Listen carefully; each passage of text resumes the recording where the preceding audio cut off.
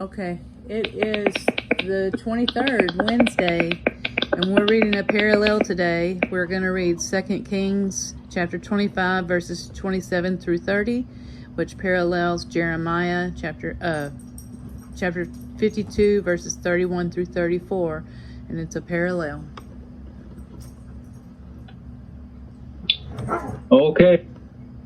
All right, there you go. Hello, everybody. It is Wednesday, and I am here at the camper. Beth is watching us at home, as usual. We are right here in this book there. And so we are wrapping up one section today with, so today is 25. Hope for Israel's royal.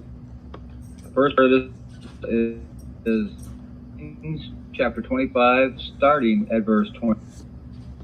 In the 37th year of the exile of Judah, evil Merodach ascended to the Babylonian throne. He was kind to Jehoiachin and released him from prison on April 2nd of that year. He spoke kindly to Jehoiachin and gave him a higher place than all the other exiled kings in Babylon. He supplied Jehoiachin with new clothes to replace garb and allowed him to dine in the king's presence for the rest of his life. So the king gave him a regular food allowance as well as long as the parallel to that is Jeremiah chapter 52, starting at verse 30.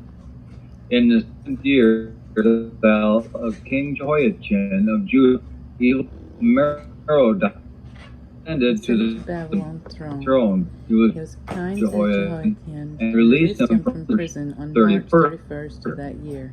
He spoke kindly to Jehoiachin and gave him a place than all the other exiled kings in Babylon. He supplied Jehoiachin with new clothes and replaced his prison garb and allowed him to dine in the king's presence for the rest of his life. So the Babylonian king gave him a regular food allowance as long as he lived. This continued until the day of his life. And now the commentary for 2 Kings. Evil Merodach, the son of Nebuchadnezzar, became king of the Babylonian Empire in 562 BC, 24 years after the beginning of the general captivity, and Jehoiachin was removed from Jerusalem. The new king treated kindness, allowing him to eat at his table. Evil Merodach was later killed in a plot by his brother-in-law, Nergal-Sharezer, who succeeded him to the throne. The book of 2 Kings opened with Elijah being sick and carried to heaven, the destination awaiting those who follow God.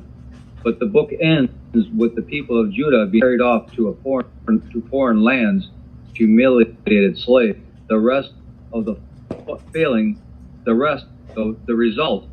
to follow God. 2 Kings is an illustration of what happens when we make things more